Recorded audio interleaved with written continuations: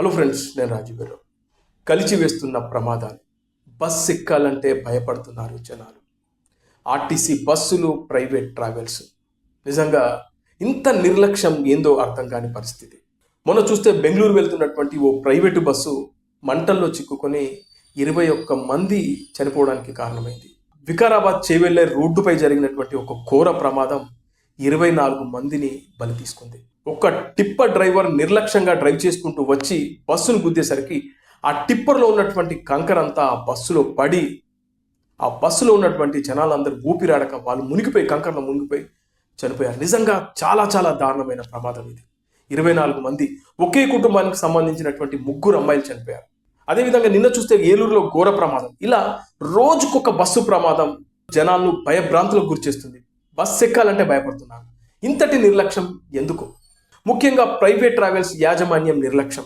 అదేవిధంగా వాళ్ళకు సంబంధించినటువంటి డ్రైవర్లు వాళ్ళు తాగి నడుపుతున్నారా, లేదంటే వాళ్ళు కంట్రోల్లో ఉన్నారా, వాళ్ళకు నిద్ర ఉందా లేదా, ఏవి చూసుకోకుండా బస్సు ఎక్కించి పంపిస్తున్నారు. కానీ ఆ బస్సులో కూర్చున్నటువంటి 40-50 మంది ప్రయాణికుల పరిస్థితి ఏంటి, వాళ్ళ కుటుంబాల పరిస్థితి ఏంటి, ఎవడు పట్టించుకోవట్లేదు.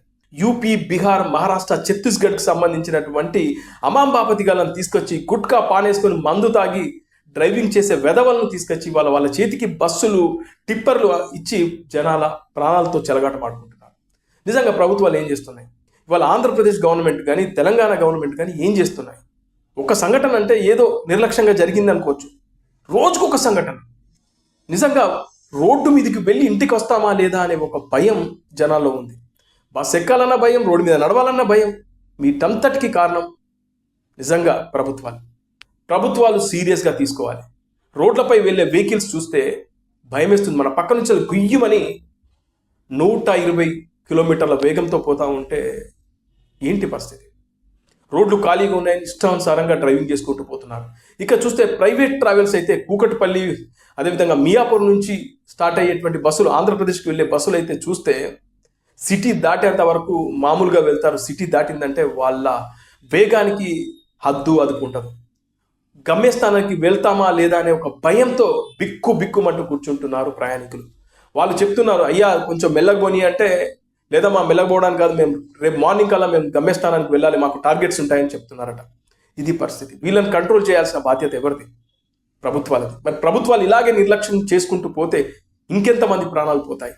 హైదరాబాద్లో పనిచేసే వాళ్ళు, లేదంటే ఎక్కడి నుంచో హైదరాబాద్కు వచ్చేవాళ్ళు కానీ నిజంగా బతుకు తెరువు కోసమో లేదంటే వాళ్ళ కుటుంబాలను కలుసుకోవడానికి ప్రయాణాలు చేస్తూ ఉంటే కుటుంబాలను కలవడం పక్కన పెట్టండి, గాల్లోనే ప్రాణాలు పోతా ఉన్నాయి.